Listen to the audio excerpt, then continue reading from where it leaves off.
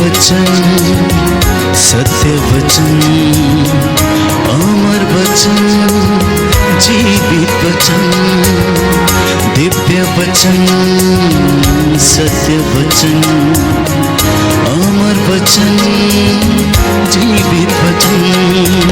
साई दा बामा बनी दा बामा बगरे रे सा नी रे सा नी रे सा नी रे सा नी रे सा। दिव्य वचन, सत्य वचन, अमर वचन, जीवित वचन, दिव्य वचन, दिव्य वचन।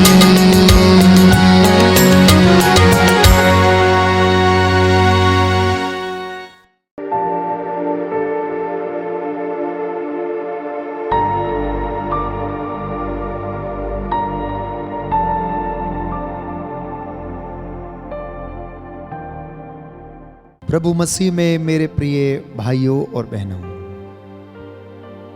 आज का जो वचन प्रभु ने मुझे दिया है वो ये है लूकस का सुसमाचार अध्याय 4 पद संख्या 18।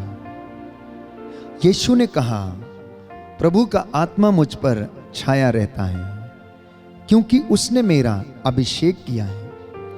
उसने मुझे भेजा जिससे मैं दरिद्रों को सुसमाचार सुनाऊं, बंदियों को मुक्ति का और अंधों को दृष्टिदान का संदेश दूं, दलितों को स्वतंत्र करूं और प्रभु के अनुग्रह का वर्ष घोषित करूं। पुरानी व्यवस्था में हम पढ़ते हैं कि जब जब प्रभु ने अपने नबियों को चुना, राजाओं को चुना, तो उनका अभिषेक किया गया। जब प्रभु अपने काम के लिए और सेवकाई के लिए लोगों को चुनता है तो वह उन्हें अपने लोगों के द्वारा अभिषेक करता है। हम जानते हैं कि परमेश्वर का वचन हमारे जीवन में सदा उपस्थित रहता है, और जब ये हमें अपने रूह की मामूरी और मसा प्रदान करता है तो इंसान, प्यारे भाइयों और बहनों, सुपरनैचुरल काम करने लगता है।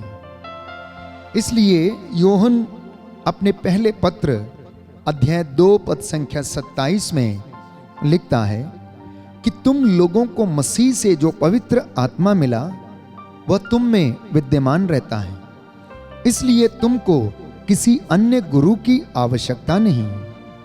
उसकी शिक्षा सत्य है, असत्य नहीं है। तुम उस शिक्षा के अनुसार मसीह में बने रहो। तो जब परमेश्वर अपने लोगों से काम लेता है, अपनी महिमा के कार्य वो प्रकट करना चाहता है, तो वह अपनी आत्मा को इन लोगों पर भेजता और उसके सामर्थ्य से ये सभी लोग कार्य करते हैं। तो इस अभिषेक का अर्थ यही है कि ईश्वर की उपस्थिति हमारे जीवन में विद्यमान रहती है। जिस तरह से पवित्र आत्मा की उपस्थिति दाऊद के साथ रहती थी, प्रभु के अन्य चुने हुए लोगों के साथ थी, और स्वयं यीशु मसीह के ऊपर पवित्र आत्मा छाया रहता था, जिसके सामर्थ्य से वो चिन्ह और चमत्कार करते थे, वही पवित्र आत्मा हमें भी इन तमाम कार्यों को करने का सामर्थ्य प्रदान करता है। बाइबल हमें बताती है, सामुएल का पहला ग्रंथ अध्याय 16 पद संख्या 13, कि दाऊद का अभिषेक किया गया। सामुएल ने एक सींग में तेल लिया और उसे अपने हाथ में लिया, उसके भाइयों के सामने उसका अभिषेक किया, और ईश्वर का आत्मा दाऊद पर उतरा और उस पर छा गया।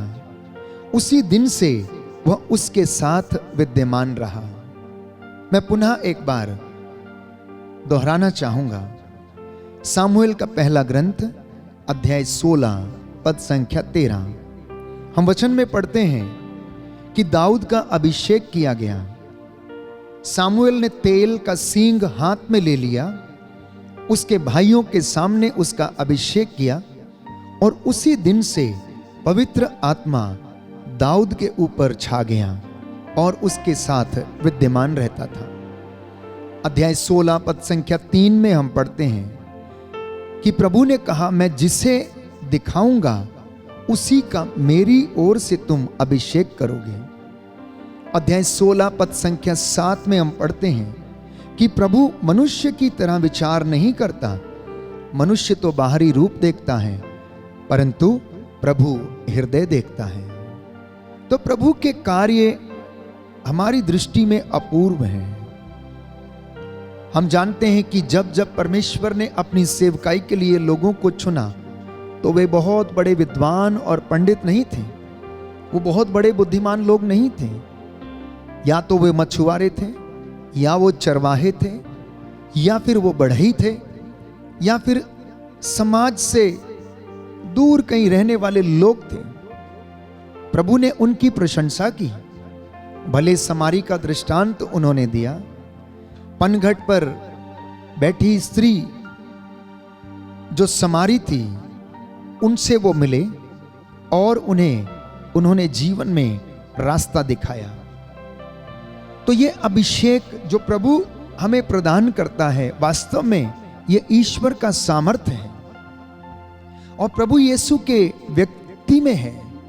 ये सामर्थ्य उनके व्यक्तित्व में है। वो जो भी कार्य करते थे, पवित्र आत्मा उन्हें सामर्थ्य प्रदान करता था। वो मुर्दों को जिलाते थे, कोढ़ियों को चंगा करते थे, अंधों को आंखें देते, दरिद्रों को सुसमाचार सुनाते और तमाम लोगों को, प्यारे भाइयों और बहनों, प्रायश्चित करने के लिए उन्हें आग्रह करते थे। प्रेरित चरित्र अध्याय 10 पद संख्या 38 में हम पढ़ते हैं कि ईश्वर ने ईसा को पवित्र और सामर्थ्य से, प्रेरित चरित्र अध्याय 10 पद संख्या 38 में हम पढ़ते हैं कि ईश्वर ने ईसा को पवित्र आत्मा के सामर्थ्य से विभूषित किया। जब उनका बपतिस्मा हो रहा था यरदन नदी में, तो स्वर्ग खुल गया और ईश्वर का आत्मा कपोत के रूप में उनके ऊपर उतरा। स्वर्ग से ये वाणी सुनाई पड़ी, ये मेरा प्रिय पुत्र है, तुम इसकी सुनो, मैं इससे अत्यंत प्रसन्न हूं। जब उनका रूपांतरण हो रहा था तो मूसा और एलियस उनसे बातें कर रहे थे। मूसा और एलियस उन्हें आने वाले दुखों के विषय में अवगत करा रहे थे कि आने वाली महिमा जो उनके जीवन में होने वाली है, वो उन्हें समझाने का प्रयास कर रहे थे। वो उन्हें बता रहे थे कि डरना मत, घबराना मत, परमेश्वर तेरे साथ है। मैं समझता हूं कि मूसा और एलियस यीशु से यही बातें कर रहे होंगे। परमेश्वर ने यीशु को वो सामर्थ्य दिया जब गतसमनी बाग में औंधे मुंह होकर वो प्रार्थना कर रहे थे। पुकार पुकार कर वचन कहता है, वो रो रो कर आंसू बहा कर प्रार्थना कर रहे थे। संभव हो तो हे पिता, ये दुख का प्याला मुझसे टल जाए, परंतु मेरी नहीं तेरी इच्छा पूरी हो। आखिर उनको इतना बड़ा दुख सहने का सामर्थ्य कैसे मिल गया? मैं और आप क्यों नहीं सह सकते इतना बड़ा दुख? क्योंकि पवित्र आत्मा उनके साथ था। पवित्र आत्मा उन्हें ढारस देता था। वो उसके सामर्थ्य से आगे बढ़ते थे। उन्होंने खून का पसीना बहाया। वो चारों ओर घूम घूम कर कफरनाहुम में, गलीलिया में लोगों की भलाई करते रहे। शैतान के वश में आए हुए लोगों को छुटकारा दिलाते रहे। दुष्ट आत्माओं से ग्रसित लोग उनको देखकर चिल्लाते, दुष्ट आत्माएं डरती कांपती हुई चिल्लाती थी और जितने भी लोग उनके वश में थे उन्हें छोड़कर वो भाग जाती थी। इस अभिषेक के द्वारा जो प्रभु हमें प्रदान करता है, जो अनॉइंटिंग हमें वो देता है, जो सामर्थ्य वो हमें देता है, इसके द्वारा प्रियजनों असाध्य रोग, लाइलाज बीमारियां, हर प्रकार की गरीबी, निराशा, धोखा, एडिक्शन, शोषण, भय जैसी दुष्ट आत्माएं, बुरी आदतें तुरंत जलकर राख हो जाती हैं। क्योंकि रूह की आग जब हमारे ऊपर उतरती है तो वो हमें शुद्ध करती है, पवित्र करती है, जितने लोग इस बात को अनुभव करते हैं वो अपने जीवन में आशीष का अनुभव करते हैं। तो जब रूह की मामूरी आती है, जब रूह का मसा हमारे जीवन पर छाता है, तो शैतान के कार्यों को पूर्णतया वो दमन कर देता है, क्योंकि शैतानी ताकत परमेश्वर के वचन के सामने, अभिषेक के सामने नहीं टिकती है। शैतान तो उसके वचन से डरता और कांपता है। अगर शैतान किसी चीज से डरता है तो सिर्फ और सिर्फ इस बात से कि परमेश्वर का वचन से वो डरता है, उपवास से वो डरता है।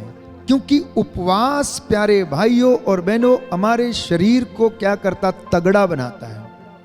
हमारा शरीर तपता है और आत्मा स्ट्रांग होती है। तो परमेश्वर अपने कार्यों के लिए लोगों का अभिषेक करता है, जैसा कि स्वयं उसने अपने पुत्र यीशु मसीह का पवित्र आत्मा के द्वारा अभिषेक किया। इसलिए मसीहों को इस अभिषेक की आवश्यकता है। Every day when you sit during the prayer, when you venerate the blessed sacrament, जब भी आप ब्लेसेड सैक्रामेंट की उपासना करते हैं, आराधना करते हैं, उस वक्त उसकी मामूरी हमारे जीवन में उतर आती है और वो हमें ब्लेस करता है। परमेश्वर अपने कामों के लिए आप में से बहुत सारे लोगों को चुनता है और अपने सेवकाई के लिए इस्तेमाल करता है। हम राजाओं के पहले ग्रंथ में पढ़ते हैं, अध्याय 19 पद संख्या 16। राजाओं का पहला ग्रंथ अध्याय 19 पद संख्या 16। परमेश्वर ने एलिया से कहा, हजायत का अराम के राजा के रूप में और निमशी के पुत्र येहू का इज़राइल के राजा के रूप में तुम अभिषेक करो। क्योंकि परमेश्वर जब भी अपने लोगों को, दासों को चुनता है तो सबसे पहले वो आत्मा के अभिषेक से उन्हें भरता है, ताकि उनके अंदर वो जोर आ जाए। क्योंकि ना तो ये ताकत से काम हो सकता है, ना जोर से हो सकता। अगर किसी चीज से हो सकता है तो सिर्फ और सिर्फ रूह की मामूरी से, रूह की आशीष से, रूह के मसे से और उसके अभिषेक से ये काम हो सकते हैं। दूसरे काम नहीं हो सकते हैं। लेवी ग्रंथ अध्याय 8 पद संख्या 30 में हम पढ़ते हैं, तब मूसा ने अभ्यंजन के तेल और वेदी के रक्त में से थोड़ा लेकर हारून और उसके वस्त्रों तथा उसके पुत्रों और उनके वस्त्रों पर उन्हें छिड़का। इस प्रकार उसने हारून और उसके वस्त्रों तथा उसके पुत्रों और उनके वस्त्रों का भी अभिषेक किया। प्यारे भाई और बहनों, बाइबल इस बात को स्पष्ट करती है कि वचन सुनाने वाले के ना केवल मन पवित्र हो, ना केवल विचार पवित्र हो, ना केवल शरीर, परंतु उसके वस्त्र भी पवित्र हो। यह बाइबल बताती है कि जब प्रभु ने मूसा से कहा कि हारून तेरे साथ जाएगा, और उस वक्त मूसा ने ना केवल हारून का अभिषेक किया, परंतु उसके साथ उसके वस्त्रों का भी अभिषेक किया, उसके पुत्रों का भी अभिषेक किया। उन्होंने वेदी पर से पवित्र रक्त लेकर उनके वस्त्रों पर छिड़का।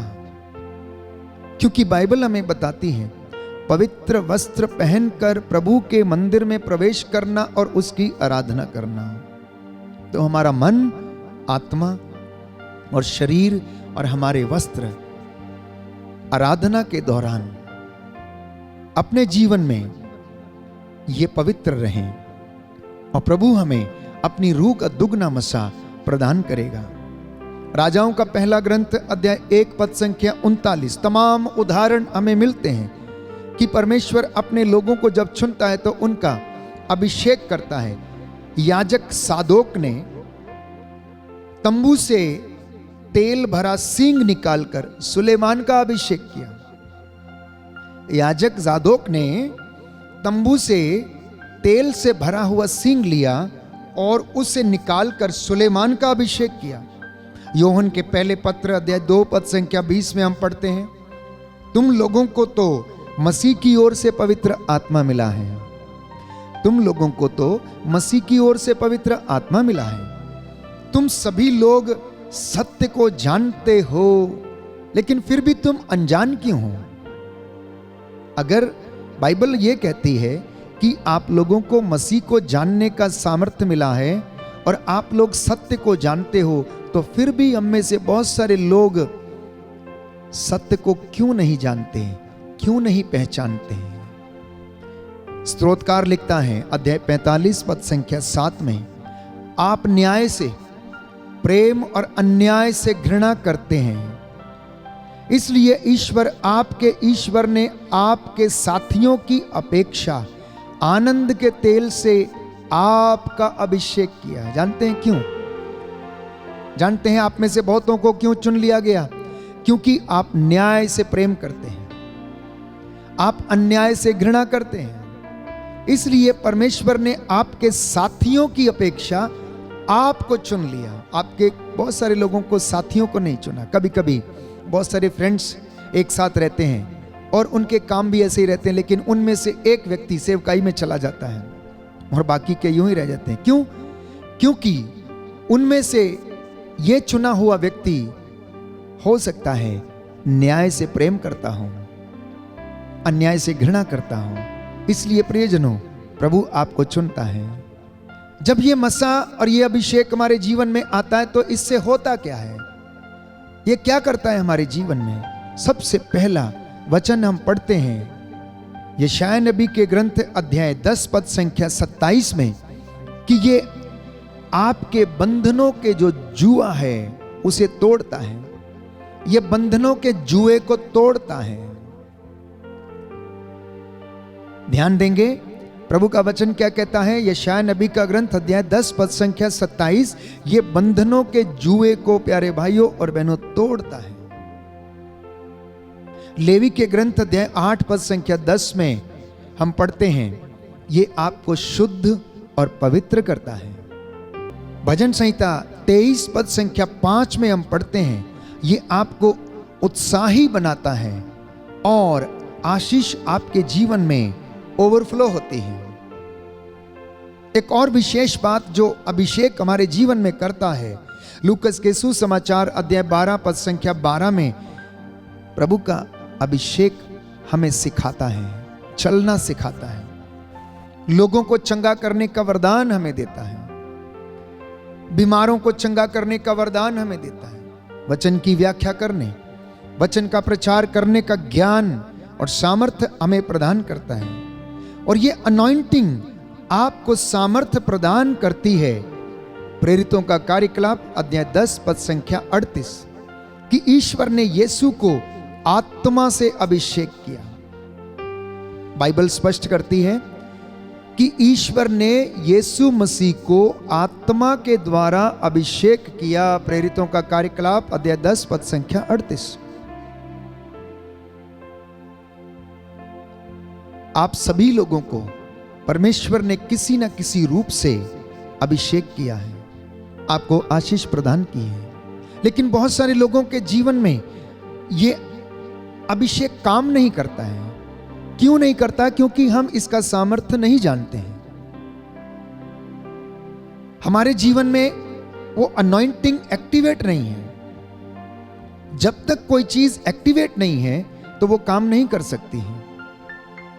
आप अपने कंप्यूटर में एक सॉफ्टवेयर डाल के रख सकते हैं, लेकिन जब तक आप उसको की डालकर एक्टिवेट ना करें वो काम नहीं करेगा। ऐसा ही हमारे जीवन में भी है। प्रभु ने आपको चुन लिया, आपको वरदान दे दिया प्रार्थना करने का, वचन सुनाने का, लेकिन आप उसे छिपा कर बैठे हुए हैं। ठीक वैसे जैसे परमेश्वर के पुत्र यीशु मसीह ने एक दृष्टांत सुनाया कि एक महाजन अपने 3 नौकरों को, जब वो विदेश जाने वाला था, उनको बुलाकर एक को 5 अशर्फियां और दूसरे को 3 और तीसरे को 1 अशर्फी देकर चला गया। सबको उसने वरदान दिया। पहले ने काम किया और उसने मेहनत की, 5 और कमाई। दूसरे को 3 मिली थी, उसने मेहनत की और 3 कमाई, लेकिन तीसरा उस आशीष को, उस अशरफी को मिट्टी में दबाकर बैठा रहा। उसने उसे एक्टिवेट नहीं किया, मेहनत नहीं की, उसके लिए काम नहीं किया और अनेक बहाने बनाने लगा। मेरे जीवन में ऐसा था, मैं ये सोच रहा था, आप कठोर हैं, तमाम बातें वो कहता है। तो मनुष्य कभी कभी इस बात से, प्यारे भाइयों और बहनों, बहुत सारे लेम एक्सक्यूजेस देता है क्योंकि वो करना नहीं चाहता इसलिए। तो प्रभु के वचन पर मनन चिंतन करने से ये अभिषेक एक्टिवेट हो सकता है। अपने विश्वास की अभिव्यक्ति को प्रकट करने से, अपने विश्वास की अभिव्यक्ति के द्वारा आप इस अभिषेक को एक्टिवेट कर सकते हैं। विश्वास में आप चलते रहें तो आपके जीवन में ये अभिषेक बना रहेगा और ये सक्रिय रहेगा। आप अपने जीवन में सेवा के काम को करते रहें तो ये मसा आपके जीवन में काम करता रहेगा। आप प्रायश्चित करते रहें, प्रभु के वचन के अनुसार जीने का प्रयास करते रहें तो ये अभिषेक आपके जीवन में सक्रिय रहेगा। रोजमर्रा की जिंदगी में प्रभु के संस्कारों को ग्रहण करके आप इस अभिषेक को आप अपने जीवन में सक्रिय बना सकते हैं। नित्य प्रतिदिन दया और पुण्य के काम करके आप अपनी इस अनॉइंटिंग को सक्रिय बनाए रख सकते हैं। अगर हम बुराई में जीवन जीने लगते हैं तो स्वाभाविक है कि ये अनॉइंटिंग चली जाती है। प्रियजनों, ये अभिषेक कमाने के लिए पूरी उम्र गुजर जाती है, लेकिन अनॉइंटिंग जाने के लिए 1 सेकंड काफी है। दाऊद के जीवन में भी ऐसा ही हुआ। प्रभु ने जिन जिन लोगों को मसा प्रदान किया था उनके जीवन में ऐसा ही हुआ। शमशून के विषय में हम जानते हैं कि शमशून को परमेश्वर ने सामर्थ्य से परिपूर्ण किया था, उसकी ताकत उसके बालों में थी, लेकिन वो दलीला के बातों में, प्रलोभन में पड़ गया।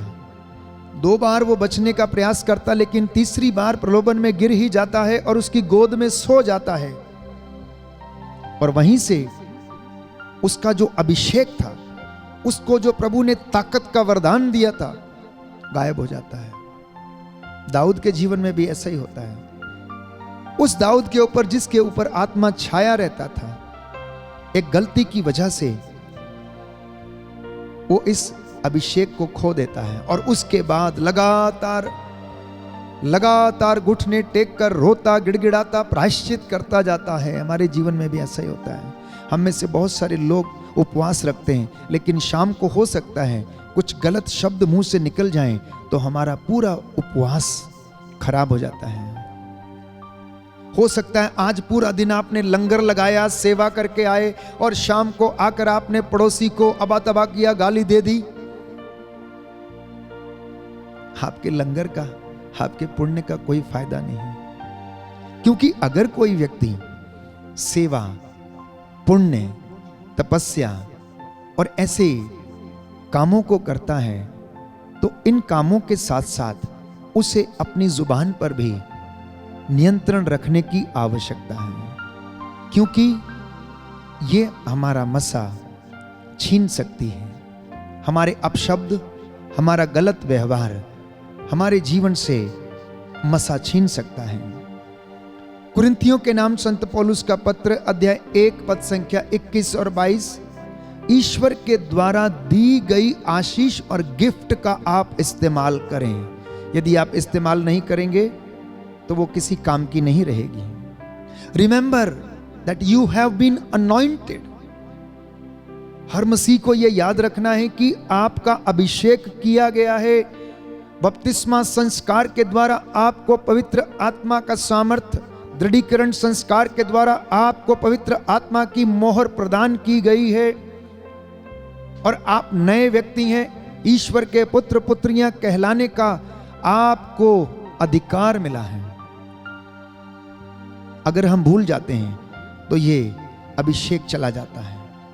कभी अपने आप को शीशे के सामने खड़े करना और देखना और कहना, अपना नाम लेकर कहना, या यूं कहना कि मैं मसीह के द्वारा चुना हुआ व्यक्ति हूं, मैं मसीह के द्वारा अभिषिक्त किया गया व्यक्ति हूं, मसीह ने मुझे अपने काम के लिए चुना है, मसीह ने मुझसे प्रेम किया है, मसीह ने मेरे लिए रक्त बहाया है, मसीह ने मेरे लिए कोड़े खाए हैं, यीशु ने मेरे लिए दाम चुकाया है, यीशु ने मेरी सेवा की है और मुझे सेवा करना सिखाया है।